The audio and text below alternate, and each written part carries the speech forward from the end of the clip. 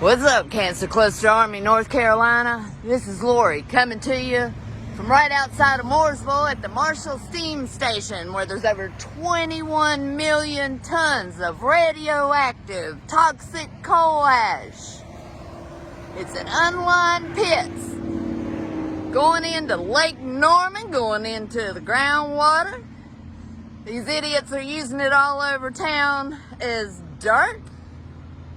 This is 150, Highway 150, running along here from Terrell down into Mooresville. All along here, businesses that were built on toxic coal ash. Okay, the EPA does not regulate this. Okay, this is the NCDQ who run the coal ash reuse program who have allowed this to happen. They use the coal ash themselves. And they've allowed people to buy it, put it under restaurants, parks, schools, wherever they feel like. They just pretend it's dirt. So this is one of the 14 coal-fired steam stations in North Carolina that is under order of cleanup by the year 2035. They're moving 16 million tons of coal ash back from the water onto a liner. They're going to build a great big old mountain of coal ash out here, cover it with some dirt, and then Duke Energy only has to monitor it for 30 years. Okay, this is a forever toxin, people. It's still going to be just as toxic 1,000 years from now. Okay? They're leaving 1 million tons behind in the pit. Now, these are just the active coal ash pits, okay? They aren't required to clean up their closed coal ash pits that they closed years ago and they're done with. They are also not required to clean up any coal ash that they have used as dirt. Every coal-fired plant in North Carolina was built on coal ash. I'm sorry I'm yelling, y'all. There's like a lot of traffic out here. I just want to make sure you can hear me. So, every road out here on the plant was built with coal ash, okay? They put buildings on top of it. There's 4 million tons of coal ash under the solar farm out here, okay? There's a boron plume that, even with treatment, will remain for 700 years. 700, people. Now, you see that stuff coming out there that they like to claim is steam? Nah. That's what your climate change people talk about when they're talking about CO2 coming off the coal-fired plants, okay? But it's not just CO2. Coal ash actually contains thousands and thousands of toxins, okay? They put in scrubbers to try to capture that CO2, sulfur dioxide, but they don't capture it all, nor do they capture other coal ash toxins. Duke University studied 20 sites up to 10 miles downwind from this plant. Coal ash was found in the topsoil of every single plant sample that was downwind. Okay, this has been going on for over half a century. This is a plant that's at the top of Lake Norman, okay? There's another plant called Riverbend that's at the bottom of Lake Norman. They burn coal and liquid PCBs from the transformers. That's why Lake Norman and Lake Wally have PCB fishing advisories.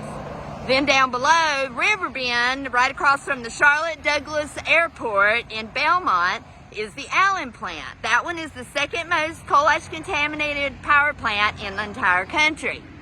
Okay? That every county on the Catawba River from Iredell to the South Carolina line has high rates of cancers. Mooresville has thyroid, testicular, we've heard of blood, colon. At the bottom of the half of the lake, there's rare eye. I'm hearing that Mooresville just got their first rare eye cancer cluster victim, which means that is spreading, that type. It's down into north of Charlotte and coming up. So this is why my child's no longer here, y'all. He grew up in this town. He spent every weekend here pretty much growing up. His daddy's a plumber, so he would have dug in the ground around several places throughout Mooresville from the time he was a teenager and went out helping, you know. And even after he moved away, he still came back into town, visiting friends, working and such. My child got testicular cancer in 2018. He spent a year fighting it, getting surgeries, going through chemo. My government would not help me at all. They would not give us Medicaid. They would not give us disability. My son got better.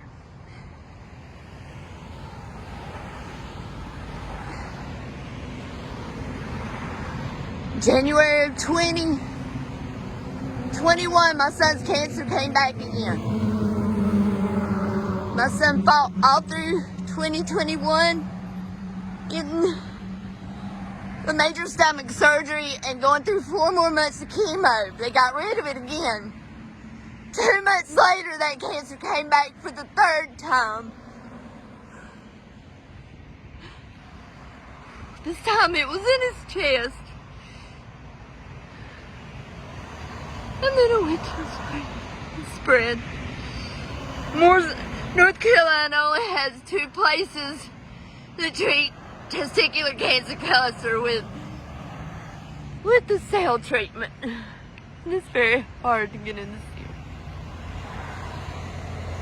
I lost my son, and I hear from people all the time of other men who have had testicular cancer in the contaminated areas of North Carolina.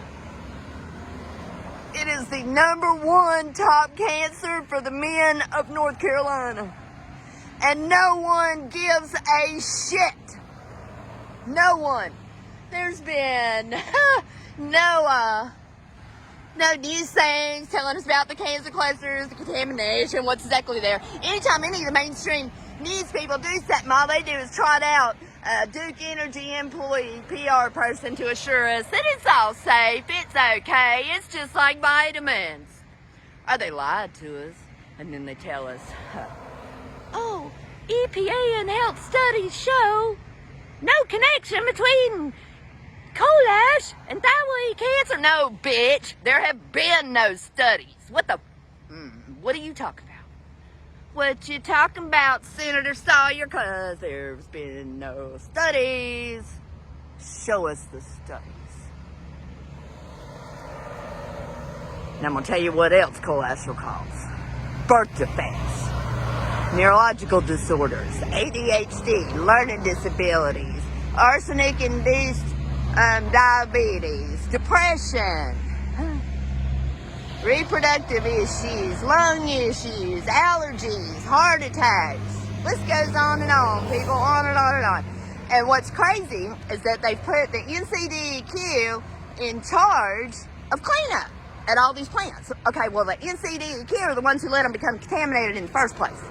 The NCDEQ are the ones who run the coal ash reuse program. These people should not be in charge of a lemonade stand, okay? Can we get some feds up in here to, maybe investigate these people? Because I can prove that they were raising the rates of coal ash that could be dumped into Lake Norman and every other plant in North Carolina 20 years ago, just in case Duke Energy ever got sued. You know what else they did? They made sure that all of the people who own the sites where coal ash was used to start are responsible for it. These people have no clue of what toxic waste is. They're not trained to take care of radium, uranium, mercury, antimony, what are they thinking? Tell you what, we might not ever get them in court, but I hope every one of them burn in hell.